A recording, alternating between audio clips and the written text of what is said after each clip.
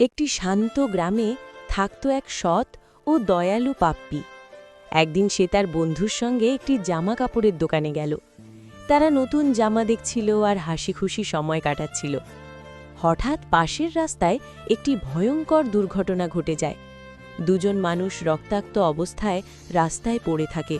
সবাই ভয়ে দাঁড়িয়ে থাকলেও পাপ্পি এক মুহূর্ত দেরি না করে অ্যাম্বুলেন্সে ফোন করে। খুব দ্রুত তাদের হাসপাতালে নিয়ে যাওয়া হয়। হাসপাতালে ডাক্তার জানালেন দুজনের চিকিৎসার জন্য অনেক টাকা লাগবে। পাপ্পি কাঁপা গলায় বলল তার কাছে কোনো টাকা নেই। ডাক্তার দুঃখের সঙ্গে জানালেন টাকা না হলে চিকিৎসা সম্ভব নয়।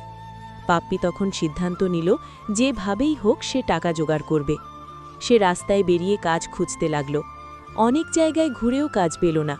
শেষমেশ একটি বাড়ি তৈরির কাজে লেবার হিসেবে কাজ পেল। সারা দিন সে ইট মাথায় তুলে বালি বহন করে কঠোর পরিশ্রম করল। সন্ধ্যায় যা টাকা পেল সবই নিয়ে গিয়ে ডাক্তারের হাতে দিল। কিন্তু ডাক্তার বললেন এই টাকায় এখনও চিকিৎসা সম্পূর্ণ হবে না। পাপ্পি তখন একটি বাক্স নিয়ে মানুষের কাছে ডোনেশন চাইতে শুরু করল। তার সততা ও ভালোবাসা দেখে মানুষ এগিয়ে এলো। অল্প অল্প করে অনেক টাকা জমল। সেই টাকা নিয়ে সে আবার হাসপাতালে গেল।